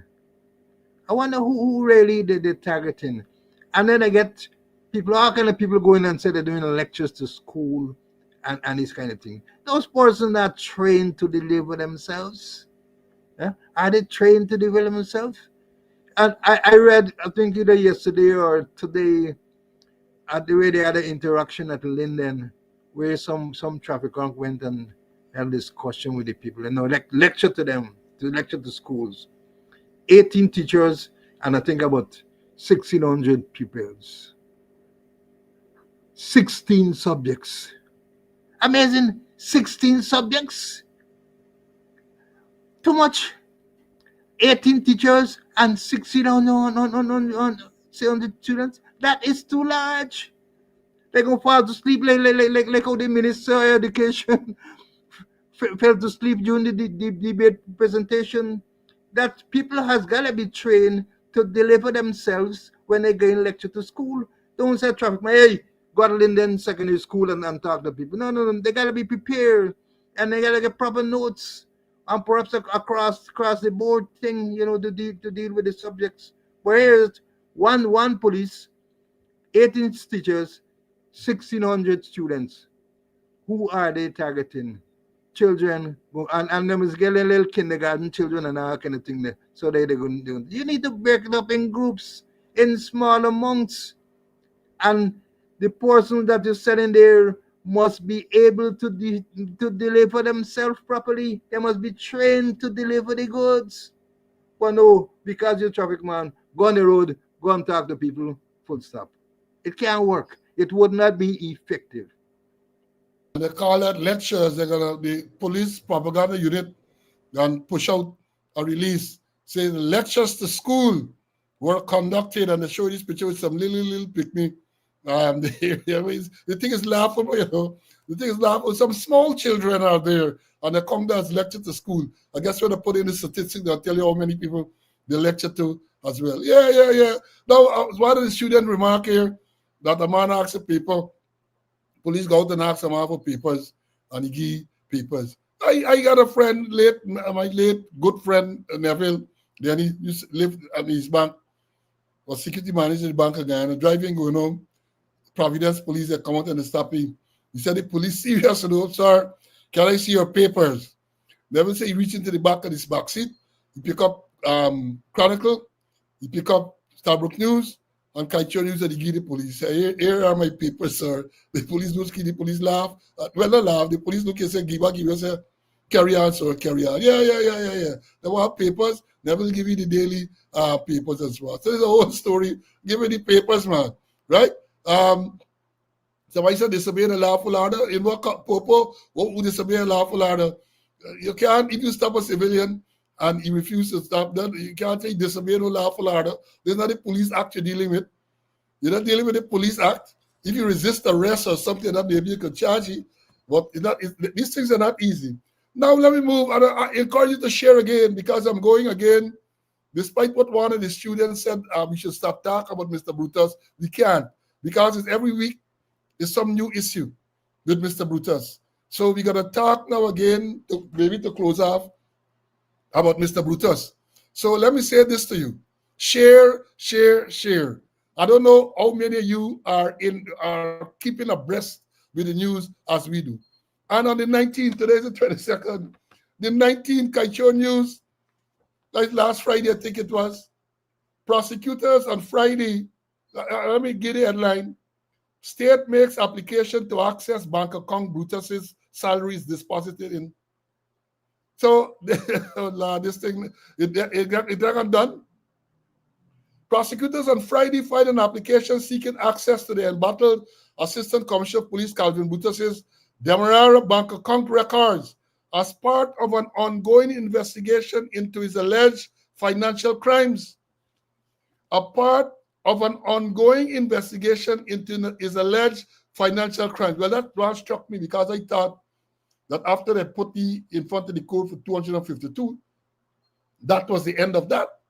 But according to the filing last week, Friday, they're seeking to get the bank record in his Demerara bank account that his salary was being paid into. And it goes on, Brutus, who is facing 250 charges related to financial misconduct, appeared at the court before the magistrate for further hearing on the case. Well, it got to be cases, I don't know what it is. During the court proceedings, prosecutor requested a banker's book order under Section 12 of the Evidence Act to obtain copies of financial documents from one of Brutus's accounts.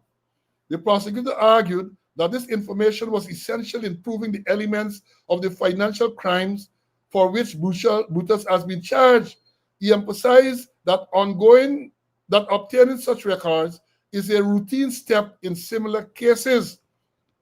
However, defense attorney strongly opposed the application. The attorney contended that the prosecution's interpretation of the Evidence Act was flawed, arguing that the requested document did not fall within the Act definition of a banker's book, which includes items like check. And they go on with the argument. But I was surprised. You know what surprised me? One, that the statement that this is some ongoing investigation. And two, as far as I remember, Brutus appeared in court in October last year. So you had November, December, almost 3 years down the road. And now you're going to the court for access to bank record. The one, I guess this is the only one that was not frozen, because we were told some time ago that I think you had 9 and I think 8 frozen or something like that. But now they're still doing this. Wait, you want to tell me during the investigative stage, all this wasn't done? All of these records? Something is wrong. And again, I say, this to me is an indication, as I have said on previous occasions, that SOCU is incapable of conducting a proper investigation into this matter. I said so. And I say it over and over. Because if you are going to the court 3 months down, but we had a little bubble. If you're 3 months that when you are investigating, the initial investigation leading up to the charge, and if you understand this thing clearly, we have said before that in many cases, you charge and you continue investigation. Nothing is wrong with that. But given all the publicity in this case, I would have thought that when you decide that you're going to court, you dot the I's and cross the T's. But it appears that wasn't done. It appears that wasn't done. So you're still going to court at the 11th hour to ask the records. Let's see where that will go. I know somebody sent me a little video this morning of the Vice President, Jack Dew, commenting on this same matter, reading out the details of the charge, where he claimed that Brutus, when he was at admin, how much 1,000 buttons, how much boots and belts that they pay for, and those things were never delivered. And he said now the ranks of the force were deprived of these things, and make a lot of statements. First of all, I have said before that this matter is before the court. Brutus is presumed innocent until proven guilty. I am not defending Brutus. I am talking about what is the law and what should be the right afforded to Brutus under the Constitution. He's charged. And I believe, my view, it is inappropriate for the Vice President to be there reading out and talking about all of these statements to inappropriate matters sub judice. You should not be making any comment on the matter. Should not. Note that the Vice President making comment about Brutus matter, all the matters that some of the things he read all, but he read some, the details of some where $14 million paid for this, never delivered, another 40 point something for that, never delivered. He ain't telling me, he ain't gonna tell everybody 500,000 that is alleged to have taken from businessmen, Chinese businessmen, to give them contract. He ain't telling me that. He's not gonna talk about that, but they're up on Brutus. Again, I say, Brutus wicked. From my own experience, Brutus did a lot of wicked things. But fair is fair. Talk for rain, talk for sun. That's what them old people used to say. Fair is fair. I believe it is most inappropriate for the vice president, who basically controlling the government and everything, and the attorney general sometimes to be commenting on this case that is before the court. If you got to answer to applications filed by Brutus and things, answer. That it matters.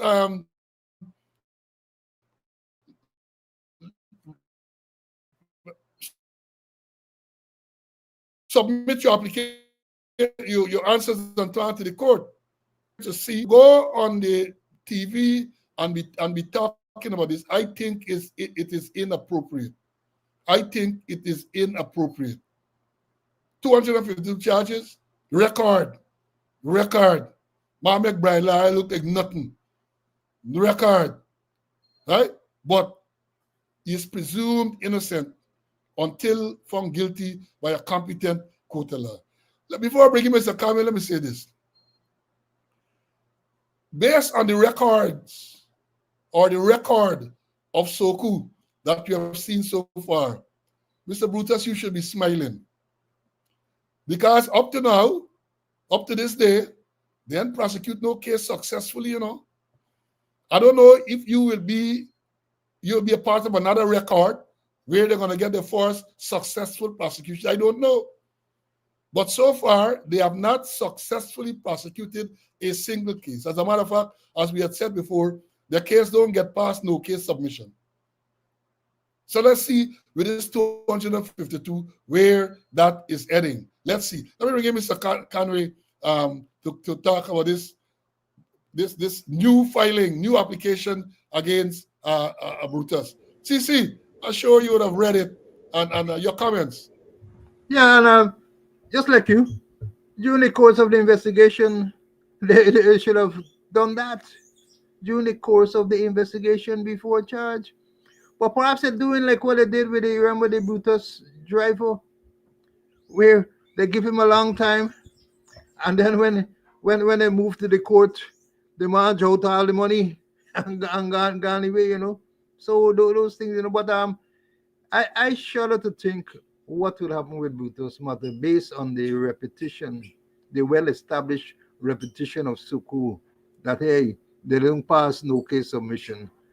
But I feel there might be a hoping that there may be a couple, not 252, maybe a one or two or three airtight cases, you know, that they could deal with. But I don't know. Based on the records of Suku, you know, I don't know, Paul. So let's see what will happen. But the thing is that they should have gone to the court before or shortly after, before they really instituted the charges against Brutus. Now come now. And now you're giving him notice that if we get anything inside, if I've been in Brutus' place, I ain't giving the advice. And they're going to draw out everything, you know, and that was it. Yeah, but they want records. So if you draw, they would see a draw and all that. They're asking for records. And records can relate to transaction, I guess, dealing with deposits, dealing with withdrawals and so on. So let me see where that will go. Now, let me come to a matter as we come into the close. We spoke again about the lack of promotions in the Guyana police force, which I think is unconscionable. You have deserving ranks. You have ranks who are working their soul case out. Honest, hard-working ranks. And to not promote ranks in the force over 2 years, 2.5 years, I think, is unconscionable. I know, as we have said here before, right now the Police Service Commission, as far as we are aware, is not constitutionally comprised. It's not comprised according to the Constitution. Because the Constitution says that it must have a chairman, it must have the chairman, the chairperson of the Public Service Commission is ex officio, and 4 other members. talk about the process and all of that. Four members. Now, we knew Mark Conway, attorney at law of the country. And until such time that that vacancy is filled, the Police Service Commission is not properly constituted, and therefore they are not empowered constitutionally to take any action. They can't promote, they can't discipline, and other stuff that the commission would normally do. People talk about promotion and discipline, but if you look at the Constitution, they have other roles, right? Because they are the final disciplinary authority. So if the commissioner awards punishment, you can appeal to the Police Service Commission. That's part of the disciplinary role. So I don't know, and I said to with the suspension, according to the police, not suspension, the when Brutus was first he was sent on administrative leave, and then they sent him home according to the Public Relations Department from the 2nd of December. Right? He was interdicted from the 2nd of December. Conway died in November. And therefore, I am saying that any action taken by the Police Service Commission after the death of Mr. Conway, that's Mark Conway, the attorney at law who was a member of the commission, is unconstitutional and should be challenged. We got to get things right. We must do things right. The Constitution is the Constitution. Article 210.4 speaks to it. But here is the dilemma I believe that they're facing. The Article 210.4 says that in order for the president to appoint a replacement, he has to have meaningful consultation with the leader of the opposition. I believe that is where the thing there. Consultation with the leader of the opposition for the appointment of the chairman. That is the original appointment. But the same Constitution is saying in Article 210.4, I'll give you all the reference, that if you want to replace a member for any reason, if you want to replace a member, then you have to have meaningful consultation with the leader of the opposition. Time to look at the arrow. Time to look at the arrow. I have a strong suspicion that because of that provision in the Constitution, they don't want to go about it. They don't want to go and do the replacement. Therefore, they start up the promotion for all the ranks above, from inspector and above. And again, you want to know because Lance Corporal, Corporal, and Sergeants are promoted by the commissioner. Even though when Appy was Commissioner of Police, Akin, who was an assistant commissioner, went there and promote people. And when Appy came back, he was out briefly. Akin wasn't acting. He wasn't carrying out the function. He was just sitting there for a couple of days. Boop, he promote people, including the same judge who get charged with Brutus. He promoted them. Unlawful, unconstitutional. Appy came, Appy said he's not recognizing the promotions. And then when they call at certain places, he had, next day, he eat humble pie and say after careful consideration, a lot of crap. Spineless man. Spineless man, a man without balls, right? So I don't know, but it is unfair to these ranks. Let me say it. It is grossly unfair to all of those people who work in their soul case out, including the rank who gets abusing the other night there. I see what some of them are Old Year's night, New Year's morning.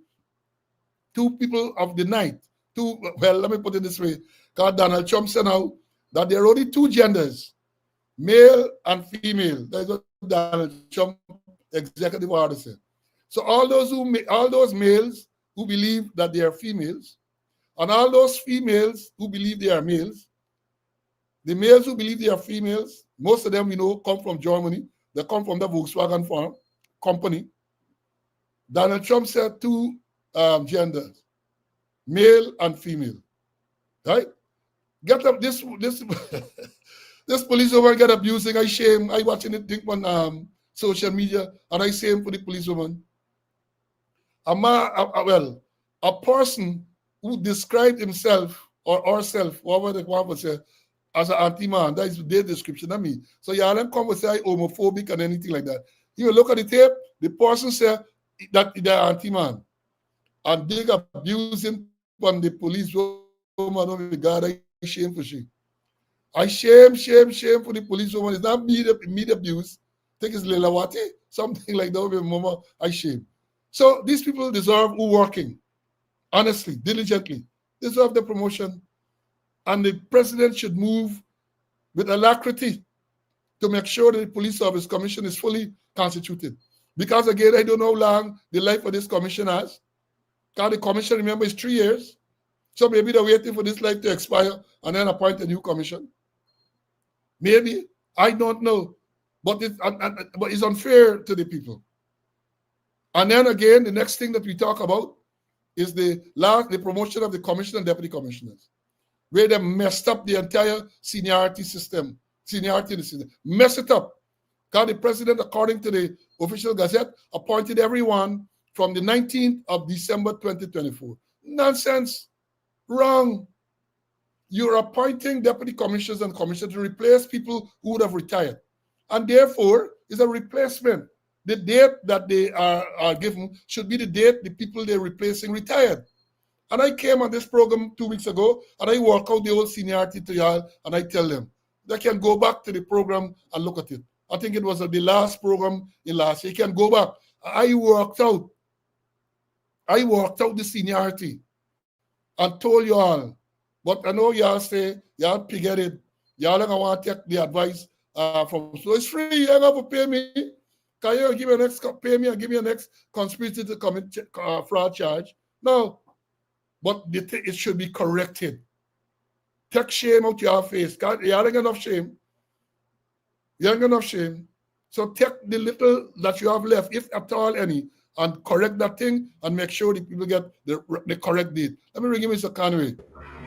See, your take on this whole thing that I spoke about just now.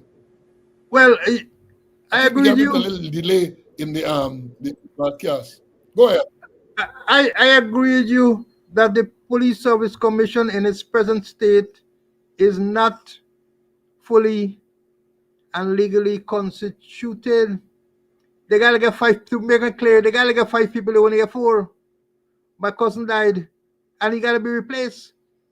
And in order for a replacement, they got to get recommendations from bodies that appear to have represented the majority of the police force, like the police association and those other bodies.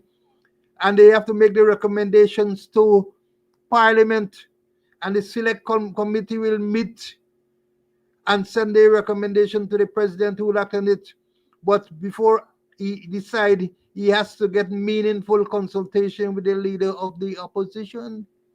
A meaningful consultation that Gail Tisher writing Abby Norton. Abby Norton returned and say he agree. And then she sent back and said, well, that is it. And that's what they're working with. They don't have to have agreement, meaningful consultation. And over 2 years pass and no promotion. And then I think maybe something in the March or April is the term gonna come to end somewhere around there. So I know, and then meanwhile the police are suffering, and I hope that when they get the next promotion, that they give them proper dates. Not everybody get the same thing on the date the announcement was made. They're replacing other people, and they must have the dates so they could get the money that they're legally entitled to. Because when they go and draw a raise, you want to put them from the court. No, they're legally entitled to money. They must get it. And in closing, Paul, I want to just rush back to East Coast Myconi, where two persons were shot dead by police. And they said the OPR investigating. We ain't hearing nothing but it. We hear nobody in a close arrest or arrest, unless they never send a close arrest. We ain't hear anything but any gun seized. And information come to it. I have from witnesses that they had two policemen shot. Two policemen discharged their firearm whilst the men were fighting on the ground. Two policemen. One understand hiding it because he's of a certain race. like what they did in Quinton Bacchus matter. One, they're hiding it. So I want to let them know that they have to do what I call a lot of canvassing. Because the man walked from Novar to Dundee to Ariel. Person there must have seen. And sometimes you gotta look canvassing, you gotta go house to house. People go and see, but then coming to the police. But when you go to them, they might give information and then they go say, hey, don't call me name, but they give information that they can work with, that they could solve case. So, and remember, you're dealing with the death of 2 human beings. I did management of that investigation with the FBI. I got a big thick book over 1,000 something pages. And in the inner page of that book, here is what it said. The homicide investigator. No greater honor will ever be bestowed on an officer or a more profound duty imposed on him than when he's instructed with the investigation of the death of a human being. It is his duty to find the facts, regardless of color or creed, without prejudice, and let no power on earth deter him from presenting those facts to the court without regard to personality. That's what they should be guided by, those persons who are investigating. And I don't see OPR, they should get persons, homicide investigators, to do the investigation. But making the point, they're talking about one person, but the evidence I got is 2 persons shoot, included a police sergeant who was driving a highly tinted dark color car. But in even coming up with the investigation, the sheltering, like how they do the Quinton Bacchus, the way they shelter 3 persons.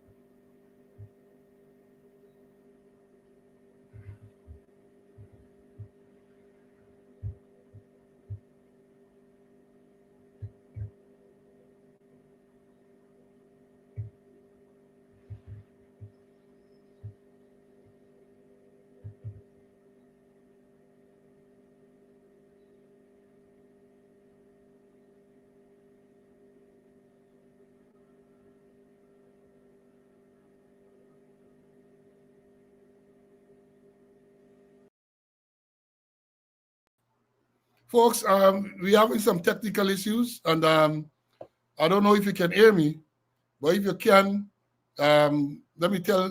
CC, can you hear me now? Loud and clear. Yeah, please. We had some technical issues there. Please Yeah. continue.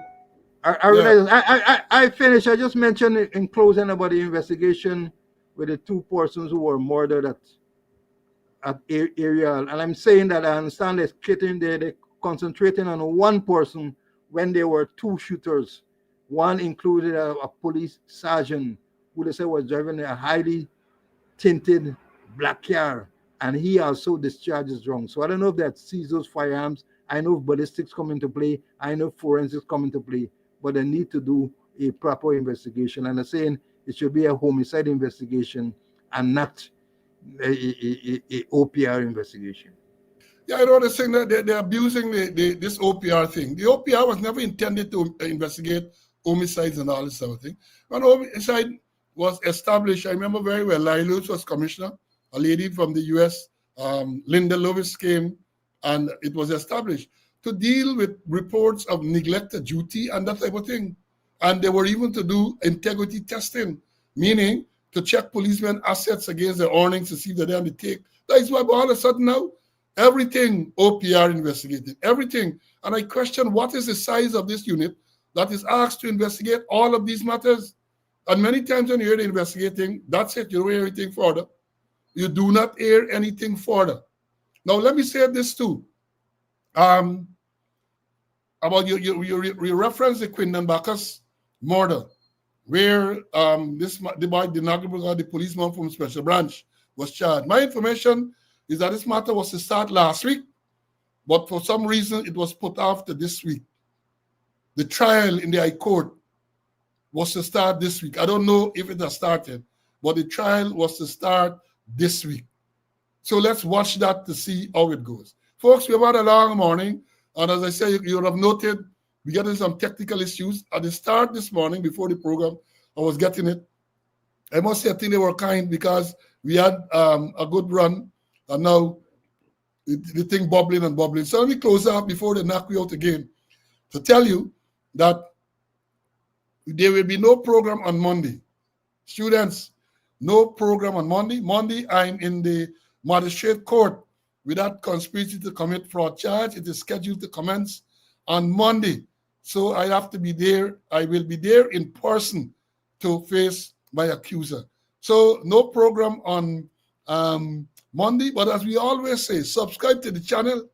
And if anything comes up, if anything or chattering comes up between now and then, we are going to come and we're going to tell you about it. So subscribe to the channel, hit the notification button so you will get notification whenever we have a program. So we have had a long morning.